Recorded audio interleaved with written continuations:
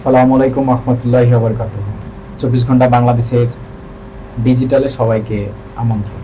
প্রতিদিনের ন্যায় পবিত্র রমজান মাসে আমাদের নিয়মিত আয়োজন রমজান মাসের ফাজাইল ও মাসাইল নিয়ে আমরা আলোচনা করে আসছি বিভিন্ন বিষয় নিয়ে। আজ আমরা আলোচনা করব রমজান মাসের কাফফারা কি এবং কেন।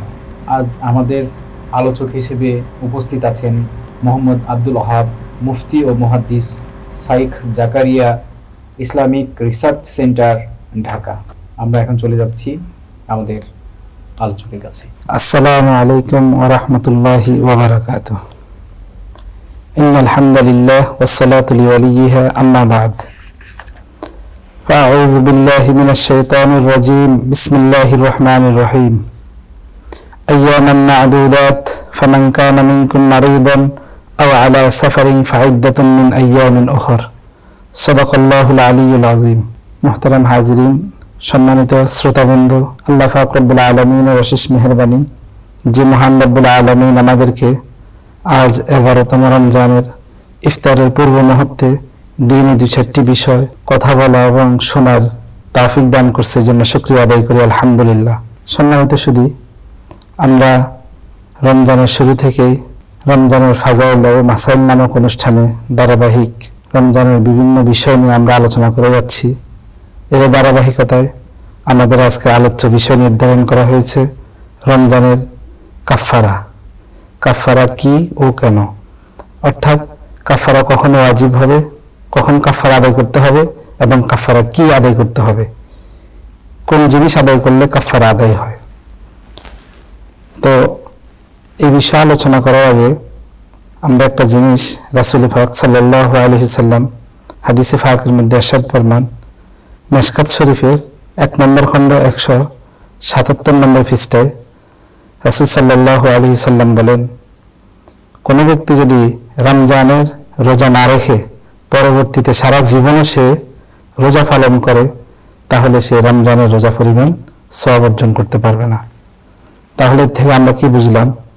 রমজানের গুরুত্ব আল্লাহ পাকের কাছে অনেক বেশি।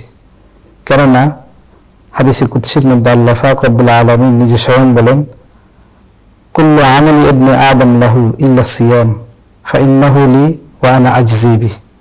বনি আদমের প্রত্যেকটা আমল প্রতিদান আল্লাহ পাক রব্বুল আলামিন বিভিন্ন আমলের প্রতিদান বিভিন্নভাবে দান করবেন, কিন্তু স্বতন্ত্র একটা আমল যেটা রোজা আমরা বলে থাকি, সেটার প্রতিদান আল্লাহ পাক রব্বুল আলামিন নিজ কুদরতি হাতে দান করবেন। সুবহানাল্লাহ। আর রমজানের ফজিলতের ব্যাপারে হাদিসে পাকের মধ্যে আসছে, কোন ব্যক্তি যদি এই রমজান মাসে যদি একটা নফল ইবাদত করে, আল্লাহ পাক রব্বুল আলামিন তাকে ফরজ ইবাদতের সমপরিমাণ সওয়াব দান করবেন। আর কোন ব্যক্তি যদি একটা ফরজ ইবাদত করে, আল্লাহ পাক রব্বুল আলামিন তাকে 70টা ফরজ ইবাদতের সওয়াব আল্লাহ পাক রব্বুল আলামিন তার আমলনামায় দান করবেন। এই কারণেই মিশকাত শরীফের 1 নম্বর খণ্ড 177 নম্বর পৃষ্ঠায় হাদিসটা উল্লেখ করছেন। রাসূল সাল্লাল্লাহু আলাইহি সাল্লাম বলেন, কোন উম্মত যদি রমজানের রোজা সে রাখে নাই, কিন্তু এর পরবর্তীতে যদি সে সারা জীবনে রোজা রাখেন, তারপরেও সে কিন্তু রমজানের সমপরিমাণ ফজিলত অর্জন করতে পারবে না।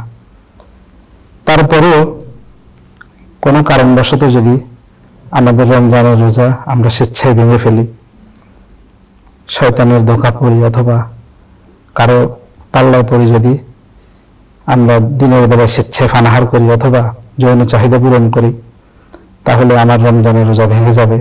এর বিনিময়ে আমাকে কাজা এবং কাফফারা উভয়টি আদায় করতে হবে। আর রমজানের রোজার কাজা হলো পরবর্তীতে একটা রোজা রাখা, আর কাফফারা হলো সাধারণত হাদিসের মধ্যে আমরা কাফফারার বিধানটা 3 ভাবে পাই। একটা হলো রাসূল সাল্লাল্লাহু আলাইহি সাল্লাম বলছেন, বুখারী শরীফের হাদিস 1936 নম্বর হাদিস।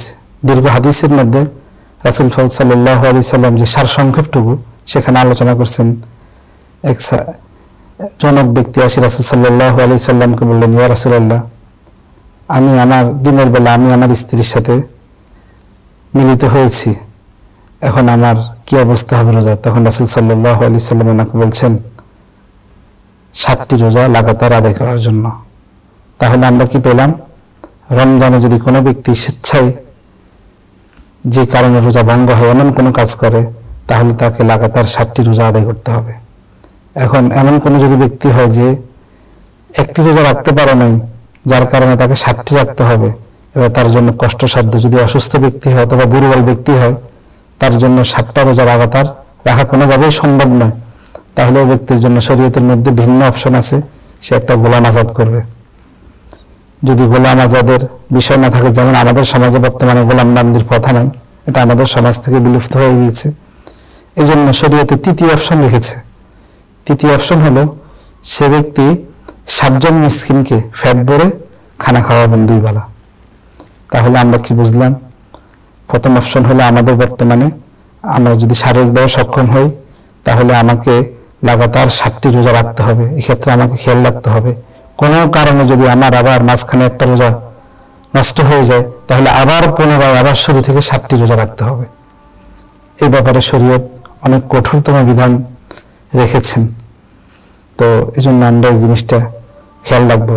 আর 60টি রোজা যদি আমি না রাখতে পারি, তাহলে আমাদের দ্বিতীয় অপশন যেহেতু আমাদের সমাজে প্রচলিত নেই, এই জন্য তৃতীয় অপশন যেটা, সেটা হলো 7 জন মিসকিনকে আমরা খানা খাবারের মাধ্যমে এই রোজার কাফারা থেকে আমরা দায় মুক্তি হতে পারবো।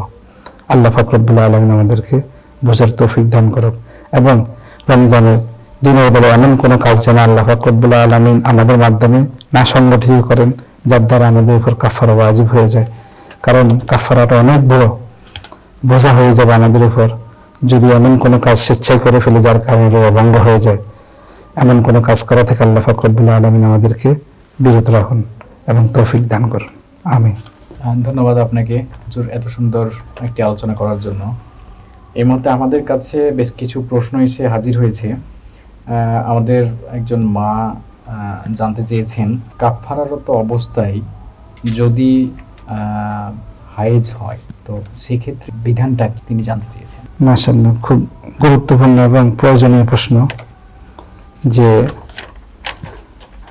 রাসূল সাল্লাল্লাহু আলাইহি সাল্লামের যে হাদিসের মধ্যে আসছিল কাফারার বিধানটা, সেখান থেকে আমরা বললাম লাগাতার 60টি রোজা রাখতে হয় কাফারা আদায় করার জন্য।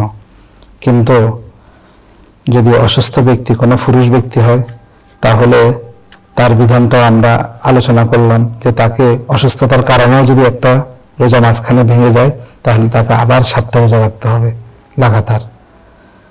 আর এমনি ছেড়ে দিলে তো আবার রাখতেই হবে।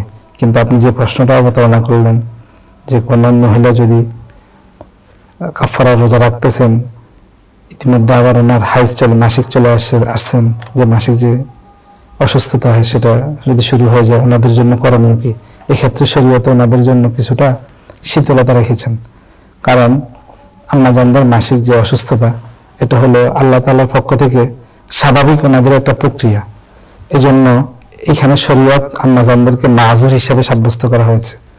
যেহেতু মাসিক এটা কারো নিজের কন্ট্রোলাধীন না, এটা সম্পূর্ণ আল্লাহ তাআলা কর্তৃক নিয়ন্ত্রিত এবং ন্যাচারাল বলা যায়। একজন মহিলা শারীরিকভাবে সুস্থতার এটা আলামত, বহিঃপ্রকাশক বটে।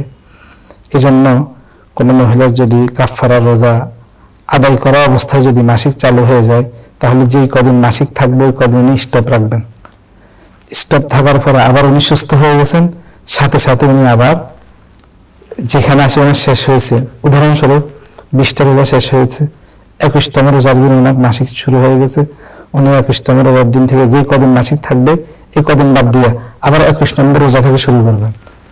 এইবার মাঝখানে যদি ওনার মাসিক চলে আসে, তাহলে উনি আবার রোজা ওখানে স্টপ করে 40তম রোজা উদাহরণস্বরূপ আবার ওখানে স্টপ করে মাসিক শেষ হওয়ার পরে আবার 41তম রোজা থেকে উনি শুরু করবেন। ওনার ধারাবাহিকতা মাসিকের কারণে ওনার ধারাবাহিকতা নষ্ট হবে না। কিন্তু এর বিপরীত হলো অন্য কোনো ব্যক্তি যদি কোনো অসুস্থতার কারণে, শারীরিক কোনো অসুস্থতার কারণে জ্বর হয়েছে অথবা অন্য কোনো অ্যাক্সিডেন্ট হয়েছে, এর কারণে যদি রোজা ভাঙতে হয়, তাহলে ওনার ধারাবাহিকতা নষ্ট হয়ে গেছে, আবার শুরু থেকে ওনাকে 60টি রোজা পালন করতে হবে। এক্ষেত্রে শুধু মা বোনদের জন্যই শরীয়তের বিধান নমনীয়, কিছুটা শীতলতা আছে। আচ্ছা, আরেকজন প্রশ্ন করছেন, রোজারত অবস্থায় যদি মুখে কোনোভাবে মশা কিংবা মাছি ঢুকে যায়, তো সেই ক্ষেত্রে শরীয়তের বিধান কি? ধন্যবাদ, সুন্দর প্রশ্ন। অনেক সময় হয় কি রমজানের দিনের বেলায় অনিচ্ছাকৃত ভাবে মুখ দিয়ে কোনো পোকা ঢুকে গেল, অথবা মাছি ঢুকে গেল, অথবা মশা ঢুকে গেল, অথবা মশা মাছি না অন্য কোনো ধুলাবালি ঢুকে গেল, তাহলে এমন অবস্থায় রোজা হবে কিনা। অথবা আমি কোনো জায়গা দিয়ে হেঁটে যাচ্ছি, ওখানে আগুন আছে, আগুনের ধোঁয়া আমার মুখ দিয়ে ঢুকে গেল, এমন অবস্থা রোজা ভঙ্গ হবে কিনা। সবগুলো এখানে রিলেটেড একটার সাথে। আপনি একটা প্রশ্ন করলেন, এটার সঙ্গে আমি সবগুলো বলে দিচ্ছি। এমন কোন দুর্ঘটনা যদি ঘটে, তাহলে শরীয়ত, যেহেতু ওই লোকটা এখানে স্বেচ্ছায় করেননি এই কাজগুলা, অনিচ্ছাকৃত ভাবে, আর এমন জিনিস ওনার পেটে ঢুকছে যেটা খাদ্য হিসেবে সাধারণত আমাদের সমাজে বিবেচিত নয়। কোনো ব্যক্তি মশা খায় না, মাছি খায় না, শরীয়তের বিধান হলো খাদ্য হিসেবে বিবেচিত নয়। এমন কোন জিনিস যদি পেটে ঢুকে যায় অসতর্কতা বশত, তাহলে এর দ্বারা রোজা ভঙ্গ হবে না। কিন্তু এই জিনিসগুলো যদি ইচ্ছাকৃত ঢুকানো নেই, তাহলে রোজা ভঙ্গ হয়ে যাবে, তবে কাফারা লাগবে না, ওনাকে কাজা আদায় করতে হবে। কিন্তু খাদ্যদ্রব্য যদি ইচ্ছাকৃত ঢুকানো, তাহলে কাজাও লাগবে, কাফারাও লাগবে। এই হলো শরীয়তের বিধান। ধন্যবাদ হুজুর আপনাকে। আরেকজন ভাই প্রশ্ন করছেন, রোজারত অবস্থায় অনেক সময় দেখা যায় যে গোসল করেন এবং গোসল করার ক্ষেত্রে ঠান্ডা অনুভব করে। তো এই অতিরিক্ত ঠান্ডা অনুভব করলে কি রোজা থাকবে কি থাকবে না? এই বিষয়টা আমরা আমাদের গত পর্ব কিছুটা আলোচনা করেছিলাম, যে আমাদের একবার প্রশ্ন করেছিলেন, উনি জেলে, তো উনি মাছ ধরেন, ওনার রমজান অবস্থায় এভাবে পানিতে থাকলে ওনার রোজা সমস্যা হবে কিনা। তো সেম ক্যাটাগরির মাসালা যে বিষয়, যেটা হলো অনেক সময় রমজানের রোজার দিন, ঠান্ডার দিনে যদি রমজান হয়, তো আমি পানিতে নামলে ঠান্ডা লাগবে, এটাই স্বাভাবিক। তো বেশি সময়, দীর্ঘ সময় রোজাদার ব্যক্তি পানিতে না থাকা, এটা হলো উচিত। কিন্তু কোনো ব্যক্তি যদি পানিতে থাকার কারণে শরীরে ঠান্ডা লাগছে, আর লোমকূপ দ্বারা যদি শরীরে কিছু পানিও ঢুকে, একজন মানুষ পানিতে নামলে শরীরের লোমকূপের মাধ্যমে তার শরীরে কিছুটা পানি ঢুকবে, এটা স্বাভাবিক। কিন্তু এই পানি যেহেতু পাকস্থলীতে পৌঁছায় না, এই জন্য এর দ্বারা আপনার রোজা নষ্ট হবে না, রোজাতে কোনো অসুবিধা হবে না। আমাদের কাছে আরেকটা প্রশ্ন আসছে, রোজারত অবস্থায় দাঁতের কোনো অংশে খাদ্যের কোনো টুকরা যদি পেটে চলে যায়, ধরেন চানাচুর, বিস্কিট কিংবা ভাতের কোনো একটা অংশ পেটের মধ্যে চলে যায়, তো সেই ক্ষেত্রে কি রোজা ভঙ্গ হবে না থাকবে? এক্ষেত্রে অত্যন্ত গুরুত্বপূর্ণ প্রশ্ন, প্রয়োজনীয় প্রশ্ন যেটা জানতে চেয়েছেন। এটা অনেকেরও হয়। অনেক সময় হয় কি, আমরা রাত্রে সাহরি খাওয়ার পরে যখন ঘুমিয়ে গিয়েছি, তা আমরা এই ক্ষেত্রে অনেকে ব্রাশ করি বা অথবা মেসওয়াক করি, অনেকে করি না। উচিত হলো, ডাক্তাররা যেটা আমাদেরকে সাজেস্ট করেন, আমাদের স্বাস্থ্য সতর্কতা হিসেবে আমি বলে থাকি, যে আমি আমার স্টুডেন্টদেরকেও বলি যে স্বাস্থ্য সচেতনতার জন্য খাবারের পরে ব্রাশ করে নেওয়া অথবা মেসওয়াক করা, যে যার মতো করে। এর দ্বারা হয় কি, একজন মানুষ সুস্থতার জন্য এই বিষয়গুলো সহায়ক হয়। এই জন্য আমরা যখন সাহারি খাবো, সাহারি খাওয়ার পরে আমার হাতে সময় থাকলে আমি যদি অভ্যস্ত হই মেসওয়াক করে নেব। আর আমার যদি মেসওয়াক চেষ্টা করি, আমরা মেসওয়াক করার জন্য, মেসওয়াকে অনেক ফজিলত আছে, সেটা আমরা অন্য সময় আলোচনা করতে পারি। আর যদি আমার মেসওয়াক না থাকে, কোনো ব্রাশ থাকলে আমি ব্রাশ করে নেব, তাহলে আমার মুখটা পরিষ্কার হয়ে গেল। তারপরেও যদি কোনো ব্যক্তি ব্রাশ বা মেসওয়াক না করেন, এরপরে অনেক সময় দেখা যায় দাঁতের মধ্যে খাদ্যকণা লেগে থাকে, অথবা গোশত খেলে গোশতের টুকরা লেগে থাকে। তো দিনের বেলা যদি এগুলো মুখে চলে আসে জিহ্বার মাধ্যমে, এখন প্রশ্ন হলো এগুলো যদি পেটে যায়, রোজা নষ্ট হবে কিনা। এখানে আমাদের ফুকাহায়ে কেরাম এখানে একটা থিওরি নির্ধারণ করছেন, সেটা হলো মুখে খাবারের কণা, যে কোনো খাবারের কণা হোক, এটা যদি একটা চনা বুট, আমরা চনা খাই না রমজানের দিন বেলায়, চনা বুটের সমপরিমাণ থেকে যদি কম হয়, আর এটা মুখে থাকা অবস্থায় যদি পেটে চলে যায়, এতে রোজার সমস্যা হবে। এটা সামান্যতম হিসেবে ধরা হবে, এতে রোজার সমস্যা হবে না। কিন্তু খাদ্যের কণাটা যদি একটা চনা বুট সমপরিমাণ বা তার থেকে বেশি হয়, চনা বুট সমপরিমাণ অথবা তার থেকে যদি বেশি হয়, তাহলে এই ক্ষেত্রে উলামায়ে কেরাম বলেন তার রোজা নষ্ট হয়ে যাবে। কিন্তু এর কারণে তাকে কাজা করলে হবে, কাফারা লাগবে না। কিন্তু এখানে আরেকটা বিষয় হলো, খাবার কণাটা ছোট হোক বা বড় হোক, অনেকে হয় কি, এটা বদভ্যাসও বলা যায়, দাঁতে খাবার আটকে আছে, এটা বাইর করলে আবার দেখি পরবর্তী আবার মুখে দিয়ে খেয়ে ফেললো, এমন স্বভাবের লোক আমাদের দেশে আছে, খিলল করে, হ্যাঁ, এভাবে হয়। তো এভাবে যদি খাবারটা বের করে নিয়ে আসছে, তাহলে এটা অল্প হোক বা বেশি হোক, এটা মুখে দেওয়ার সাথে সাথে খেলে রোজা নষ্ট হয়ে যাবে। আর যদি মুখ থেকে বের না করে তাহলে দুইটা বিষয়, একটা হলো জিনিসটা ছোট না বড়, ছোটর পরিমাণ কি চনাবোট থেকে কম যদি হয় রোজা সমস্যা হবে না, আর চনাবোট বা তার থেকে বড় হলে রোজা নষ্ট হয়ে যাবে। আর মুখ থেকে বের করে আবার খেলে যত কমই হোক না কেন তার রোজা নষ্ট হয়ে যাবে। বিষয়টা ক্লিয়ার করতে পারছি আশা করি। ধন্যবাদ হুজুর আপনাকে। আরেকজন ভাই প্রশ্ন করছেন, এন্ডোস্কোপি করলে কি রোজা থাকবে না ভঙ্গ হবে? এটা আমাদের মেডিকেল সায়েন্সের বিষয়। আসলে এন্ডোস্কোপি বিষয়টা কি, আমরা যদি যা জেনে থাকি এন্ডোস্কোপি সম্পর্কে, সেটা হলো অনেক সময় হয় কি আমাদের শরীরে ইন্টারনাল যে সমস্ত বিষয়গুলো আছে এগুলো নির্ণয় করার জন্য এন্ডোস্কোপি করা হয়। তো এন্ডোস্কোপি সাধারণত মুখ দিয়ে বিভিন্ন ফাইভ ইত্যাদি মাধ্যমে মিশিং পেটের ভিতরে ঢুকানো হয়, এর মাধ্যমে কম্পিউটারের মাধ্যমে চেকআপের মাধ্যমে রোগ নির্ণয় করা হয়। তো এক্ষেত্রে এন্ডোস্কোপি করতে গেলে যে পাইপটা মুখ দিয়ে ভিতরে ঢুকাবে এই ফাইবের মধ্যে যদি কোনো তেল বা কোনো মেডিসিন ব্যবহার করে, সেল ইত্যাদি কোনো মেডিসিন যদি ব্যবহার করে, তাহলে ওই জেল বা মেডিসিন এটা ফাইবের সাথে ফেটে যাওয়ার সাথে সাথে রোজা নষ্ট হয়ে যাবে। আর যদি কোনো মেডিসিন ব্যবহার না করা হয়, শুধুমাত্র একটা ফাইব ঢুকানো হয়েছে, আবার ওই ফাইবটা বের করে নিয়ে আসছে মেশিনের সাহায্যে, এতে করে তার সিয়াম নষ্ট হবে না, সিয়ামে কোনো সমস্যা হবে না। কিন্তু যদি মেডিসিন সহকারে যদি ফাইবটা ভিতরে ঢোকানো হয় তাহলে এতে সিয়াম নষ্ট হয়ে যাবে, তাকে পরবর্তীতে একটা রোজা কাজা করলে হয়ে যাবে, কাফারা লাগবে না। আরেকজন ভাই প্রশ্ন করছেন, অক্সিজেন গ্রহণ করলে কি রোজা ভঙ্গ হবে না হবে না, সে বিষয়টা। হ্যাঁ, এটা আমাদের আসলে জানা অত্যন্ত জরুরি, প্রয়োজনীয় একটা প্রশ্ন। যে অক্সিজেন আমরা অনেক সময় মনুষ্য রোগীকে অক্সিজেন দিয়ে থাকি। তো অক্সিজেন সাধারণত অক্সিজেন মানে কি আমরা বুঝি একটা বাতাস, অক্সিজেনটা বাতাসে হয়, কিন্তু অক্সিজেনটা যদি শুধু বাতাস হয়, বাতাসের সাথে যদি কোনো মেডিসিনের যদি সংমিশ্রণ না থাকে, শুধুমাত্র বাতাস থাকে আর মেডিসিনের সংমিশ্রণ না থাকে, তাহলে শুধু বাতাসটা আমরা এমনিতে গ্রহণ করি, তাহলে বাতাস গ্রহণ করার দ্বারা রোজা নষ্ট হবে না। কিন্তু যদি অক্সিজেনটা মেডিসিনের সংমিশ্রণ থাকে, স্বাভাবিক অক্সিজেনের সাথে অনেক অক্সিজেন থাকে, মেডিসিন থাকে, তো এই হিসাবে মেডিসিন গ্রহণ করার কারণে রোজা নষ্ট হয়ে যাবে। পরবর্তীতে সুস্থ হওয়ার পরে এই রোজাটা কাজা করে নিতে হবে, কাফারা লাগবে না, যেহেতু প্রয়োজনে দেওয়া হয় অক্সিজেন, রোগীকে দেওয়া হয়, এটা হলো শরীয়তের বিধান।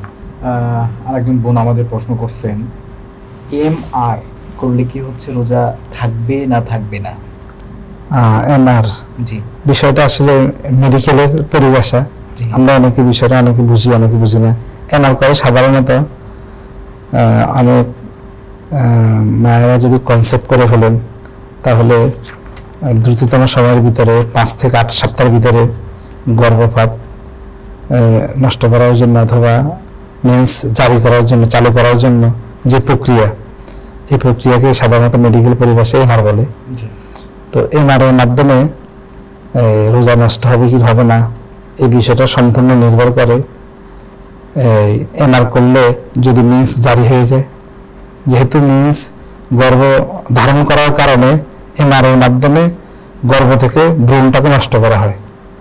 তো রোজার দিনে বিশেষ কোনো কারণ ছাড়া এটা করা কোনোভাবেই কাম্য না, কিন্তু কোনো প্রয়োজনে যদি অনেক সময় হয় কি ভ্রূণ নষ্ট হয়ে গেছে, এখন মিন্স ক্লিয়ার হচ্ছে না, বিভিন্ন কারণে ডাক্তাররা সাজেস্ট করেন যে এমআর করার জন্য, তখন নিরুপায় হয়ে ওনাকে করতে হবে, তাহলে ওনার জন্য এটা করার সুযোগ আছেন, উনি এটা করবেন।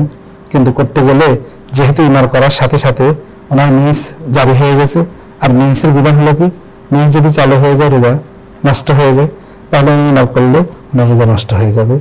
উনি পরবর্তীতে যে কদিন মিন্স চালু থাকবে ওই দিন সহ বাকি দিনগুলো রোজা পরবর্তীতে কাজা করে নিলে হবে, ওনার কাফারা দিতে হবে না। আচ্ছা, আরেকজন ভাই প্রশ্ন করছেন আমাদের, রোজা অবস্থায় ঝগড়াঝাটি গালিগালাজ করলে কি রোজা থাকবে না ভঙ্গ হবে, বিষয়টা? মাশাআল্লাহ, এটা তো হলো আসলে আমাদের রোজার চাহিদা পরিপন্থী। আমি পূর্বে আলোচনা করছিলাম যে রোজা অবস্থায় একজন মুমিনের সবচেয়ে বেশি কাজ হবে, রোজা আমাদেরকে আসলে কি শিক্ষা দেয়? রোজার শিক্ষা হলো আমাদেরকে ধৈর্যশীল হওয়া এবং সহনশীল হওয়া এবং অন্য মানুষের প্রতি উদার হতে রোজা আমাদেরকে শিখায়। এখন সেই রোজার শিক্ষা গ্রহণ না করে যদি আমরা আমাদের মতো করে রমজানে হাদিসের মধ্যে আসছে রমজান মাস যখন শুরু হয়ে যায় তখন আল্লাহ তাআলা রহমতের দরজা খুলে দেন, জাহান্নামের দরজা বন্ধ করে দেন এবং শয়তানকে শিকল বন্ধ করে ফেলেন। এখন শয়তান শিকলবন্দি হওয়ার পরেও যদি আমরা জগাজাটিতেই থেকে যাই তাহলে রোজার চাহিদা পরিপন্থী হয়ে গেল। এই জন্য আমরা এতে লিপ্ত হব না। এর দ্বারা রোজা ভাঙবে না ঠিক, কিন্তু ভাই এটা রোজার চাহিদা পরিপন্থী। এই জন্য আমরা চেষ্টা করব এই ধরনের ফাহিশ কাজ থেকে নিজেকে বিরত রাখার জন্য।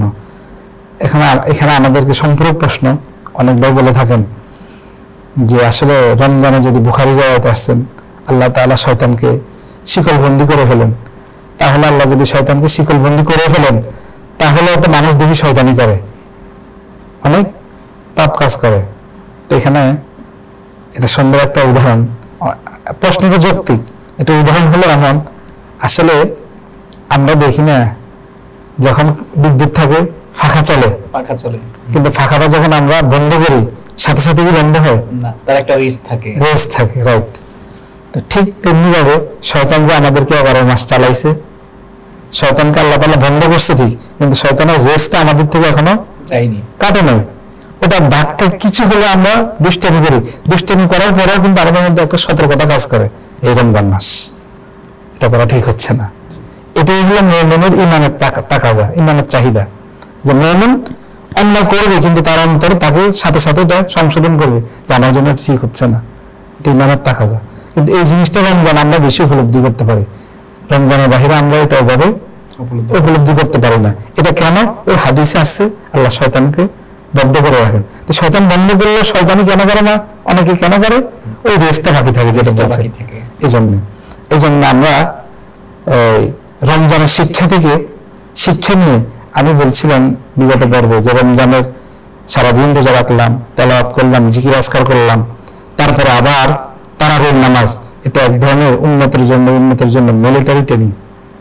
এমন যেমন বাকি দিনগুলো সে যখন ট্রেনিংয়ে থাকে তাকে রাতে দিনে পরিশ্রম করে তাকে মজবুতি ভাবে তৈরি করা হয় যেন ময়দানে গিয়ে সে এটা কাজে লাগাতে পারে, প্রয়োগ করতে পারে। ঠিক তেমনি ভাবে রমজান মাস এটা আমাদেরকে ইমানিভাবে মজবুত করার জন্য রমজান। তো রমজান আমরা ইমানিভাবে মজবুত হবো যাতে করে বাকি 11 মাস আমরা ইমানের উপর চলতে পারি। কারণ আল্লাহ তাআলা বলতেছেন ইয়া আইয়ুহাল্লাযীনা আমানু কুতিবা আলাইকুমুস সিয়াম কামা কুতিবা আলাল্লাযীনা মিন ক্বাবলিকুম লাআল্লাকুম তাত্তাকুন। রমজান আমাদেরকে মুত্তাকি হতে সাহায্য করে, সহায়ক। যে ব্যক্তি প্রকৃতভাবে রমজানের হক আদায় করে রমজান পালন করবে আল্লাহ তাআলা তাকে মুত্তাকি করেই দিবেন। এটা হলো কোরআনের আয়াতের ব্যাখ্যা থেকে আমরা বুঝতে পাই। তাহলে আল্লাহ তাআলা এই পবিত্র মাহে রমজানের উছিলা করে আমাদেরকে পরিপূর্ণ মুমিন এবং মুত্তাকি হয়ে জীবন যাপন করার এবং কবরে যাওয়ার পরকালে আল্লাহ পাক রব্বুল আলামিনের দরবারে উপস্থিত হওয়ার তৌফিক দান করুন। আখির দাওয়ানা আলহামদুলিল্লাহি রাব্বিল আলামিন। ধন্যবাদ হুজুর আপনাকে এত সুন্দর আলোচনা করার জন্য। দর্শক আপনাদেরকেও ধন্যবাদ 24 ঘন্টা বাংলাদেশের সঙ্গে থাকার জন্য। আগামী পর্বে আবার আপনাদের সঙ্গে দেখা হবে কোনো একটি নতুন বিষয় নিয়ে। আপনারা সবাই ভালো থাকেন। আসসালামু আলাইকুম ওয়া রাহমাতুল্লাহ।